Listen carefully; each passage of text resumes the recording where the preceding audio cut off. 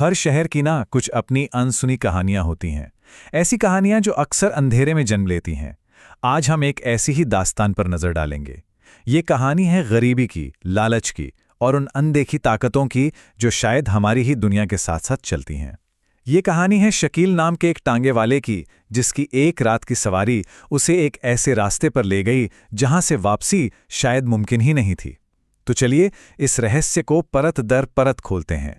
कहानी की शुरुआत इसी एक कड़वी सच्चाई से होती है।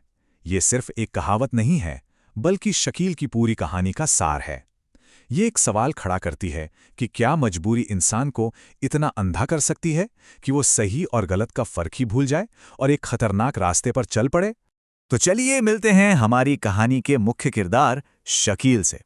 एक बहुत ही आम सा टांगे वाला जो अपनी रोजमर्रा की जिंदगी और तंगहाली से बुरी तरह जूझ रहा था। शकील की जिंदगी की सच्चाई ना इस तस्वीर में एकदम साफ दिखती है। वो दिन रात मेहनत करता, शहर की गलियों में अपना टांगा दौड़ाता, लेकिन दिन के आखिर में हाथ खाली के खाली। कमाई का ज्यादातर हिस्सा तो पुराने कर्ज चुकाने में चला जाता और घर में फाके की नौबत आ जाती थी। एक रात जब शकील घर लौटा तो उसकी बीवी गौसिया का सब्र का बांध टूट गया। घर की ये छोटी छोटी जरूरतें जो पूरी नहीं हो पा रही थीं, एक बड़े तूफान की वजह बन गईं। बीवी की कड़वी बातों ने शकील को अंदर तक तोड़ दिया और वो हताशा में देर रात फिर से सवारी की तलाश में टांगा लेकर निकल पड़ा। रास्ते में एक बुजुर्ग मौलवी साहब ने उसे टोका।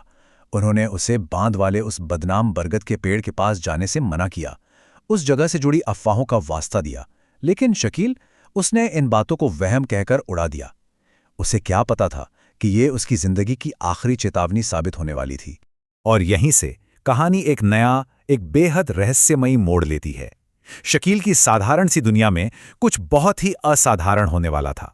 जब शकील का घोड़ा उसी बदनाम बरगद के पेड़ के पास आकर अचानक रुक गया तो शकील की बेचैनी बढ़ गई और तभी उसकी नजर पेड़ के नीचे खड़े दो सायों पर पड़ी। आखिर कौन थे वो लोग जो इतनी रात को उस सुनसान जगह पर खड़े थे? अंधेरे से निकलकर जो दो शख्स सामने आए वो आम इंसान नहीं लग रहे थे। सोचिए जरा, करीब 7 फुट का कद, शाही लिबास और होठों पर एक अजीब सी मुस्कान। सब कुछ बहुत अजीब था। शकील एक पल के लिए तो सहम गया, लेकिन फिर उनके कीमती पहनावे को देखकर उसने अपने डर को दबा दिया। उसे लगा शायद कोई रईस खानदान के लोग हैं। उन अजनबियों को शहर के बाहर एक दरगाह पर जाना था। जब शकील ने झिझकते हुए किराया बताया तो उन्होंने जो कहा उसने शकील के डर को एक पल में खत्म कर दिया। मुंह मांगा दाम, ये 3 शब्द शकील की सबसे बड़ी कमजोरी पर सीधा वार थे। मंजिल पर पहुंचने के बाद जो हुआ वो शकील के लिए किसी सपने जैसा था। किराए के बदले उसे मिली सोने की खरी मोहरें, लेकिन इस दौलत के साथ एक चेतावनी भी मिली, यहां रुकना ठीक नहीं है। अब एक तरफ बेशुमार दौलत का लालच था और दूसरी तरफ एक अनजाना खतरा। अब शकील एक ऐसे मोड़ पर खड़ा था जहां उसे समझदारी और लालच में से किसी एक को चुनना था, और उसने जो चुना उसी ने उसकी किस्मत लिख दी। जब शकील ने घर जाकर गौसिया को सोने की मोहरें दिखाईं तो वो खुश होने के बजाय डर गई। उसका दिल किसी अनहोनी की आशंका से कांप रहा था और उसका सवाल बिल्कुल जायज था। भला टांगे के किराए के लिए कोई सोना क्यों देगा? कुछ तो गड़बड़ थी। लेकिन अब शकील की आंखों पर लालच की पट्टी बन चुकी थी।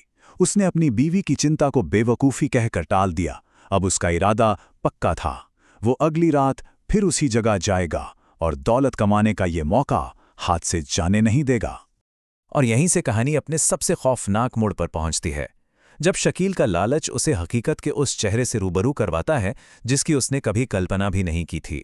अगली रात शकील फिर उन्हीं सवारियों को लेकर उसी दरगाह पर गया। उसे दोबारा सोने की मोहरें मिली और वही चेतावनी भी मिली, लेकिन इस बार लालच इतना बढ़ चुका था कि उसने उस चेतावनी को पूरी तरह नजरअंदाज कर दिया। उसने सोचा कि अगर वो यहीं रुक जाए तो वापसी की सवारी में और मोहरे कमा लेगा, और बस यही सोचकर वो वहीं इंतजार करते करते सो गया। आधी रात के करीब नगाड़ों की तेज आवाज ने शकील की नींद तोड़ दी। वो घबरा कर उठा। उसे समझ नहीं आया कि इस वीरान जगह पर ये जश्न का शोर कैसा। और फिर उसने जो देखा उससे उसकी रूह कांप गई। दूर से एक बारात आ रही थी, लेकिन वो इंसानों की बारात नहीं थी। उनके पैर जानवरों जैसे थे, हाथ दरिंदों जैसे और वो आग की लपटों से खेलते हुए जश्न मना रहे थे। वो मंजर बेहद खौफनाक था। शकील को एक झटके में सब समझ आ गया। वो कोई नवाब नहीं थे, वो जिन्नात थे, और वो अनजाने में एक जिन्नों की बारात में शामिल हो गया था। अब उसकी जान खतरे में थी। उसने किसी तरह हिम्मत जुटाई और वहां से अपना टांगा भगा लिया। लेकिन क्या शकील बच पाया? उस रात के बाद उसका क्या हुआ? कहानी का अंत उसकी शुरुआत से भी ज्यादा परेशान करने वाला है। शकील उस रात के बाद अपने घर कभी नहीं लौटा।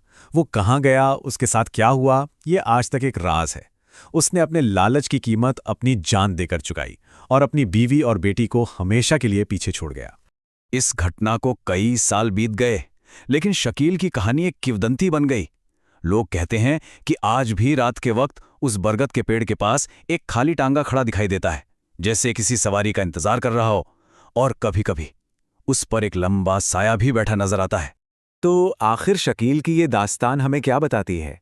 क्या ये सिर्फ एक गरीब इंसान के लालच का अंजाम है, या फिर कुछ ऐसी ताकतों का सबूत जो हमारी समझ से परे हैं? इसका जवाब शायद हमेशा एक पहेली ही बना रहेगा।